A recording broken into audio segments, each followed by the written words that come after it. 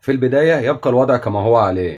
الزمالك بيتعادل المباراة التانية على التوالي، بيراميدز 2-2 والمقاولين 1-1. الزمالك في مباراة بيراميدز كان مغلوب واحد وبعد كده اتعادل وبعد كده اتقدم، بس ما عرفش يحافظ على المكسب وفي الاخر بيراميدز اتعادل. الزمالك في مباراة المقاولين المباراة مقفولة وجاب هدف في الدقيقة 83 وبرضك ما عرفش يحافظ على المكسب والمقاولين اتعادلت. هدف تعادل بيراميدز مع الزمالك جه من الناحية اليمين.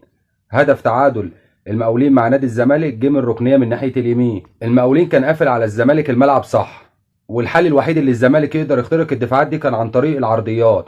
بس الحمد لله المدرب كان مقعد الاثنين المهاجمين على الدكه وما استعنش بهم الاثنين. كان المفروض اعضاء الجهاز الفني نادي الزمالك يعرفوا المدرب ان اوباما ما ينفعش يلعب مهاجم، والتجربه دي تجربه فاشله عشان جربوها كتير وما نفعتش. ما لا يلعب 10 لا يلعب راس حربه تاني.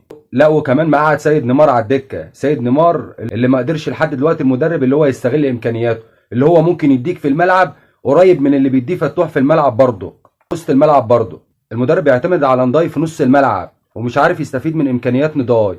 يا عم مش عاجبك ناصر ولا الجزيري، العب بنضاي راس حربه. ازاي المدرب يجي في دماغه اللي هو يقعد دونجا وعمر جابر والمسلوس ويريحهم؟ كل ده بيقول لك عشان ماتش ارتا سولار في كونفدراليه.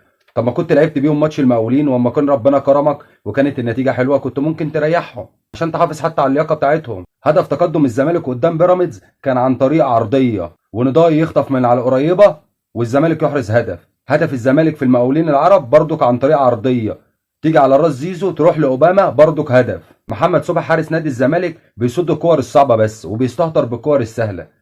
يعني مثلا عندك في كرة هدف تعادل نادي المقاولين العرب، بدل ما يطلع ويمسك الكرة ويريح جمهور الزمالك ويحافظ على المكسب، لا جه طلعها قلشت من على ايده ونزلت في منطقة الجزاء والمقاولين احرز هدف التعادل.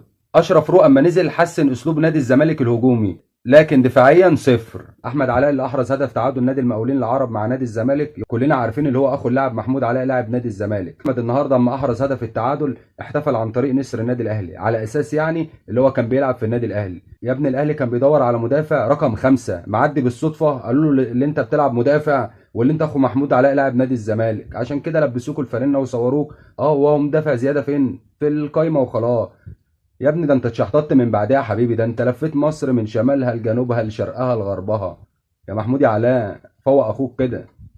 ورد محمود علاء بعد احتفال اخوه بنسر النادي الاهلي نزل صوره لجمهور نادي الزمالك وكتب عليها انتوا على دماغ اي حد. في ظل الوضع الحالي وطبعا وقف كده نادي الزمالك، افضل خطه مفروض نادي الزمالك يلعب بيها 4-3-3 بعواد حارس مرمى، محمد عبد الشافي باك شمال، المسلوسي باك يمين، محمود علاء، محمد عبد الغني لحد اما الونش يرجع او حسام عبد المجيد يرجع.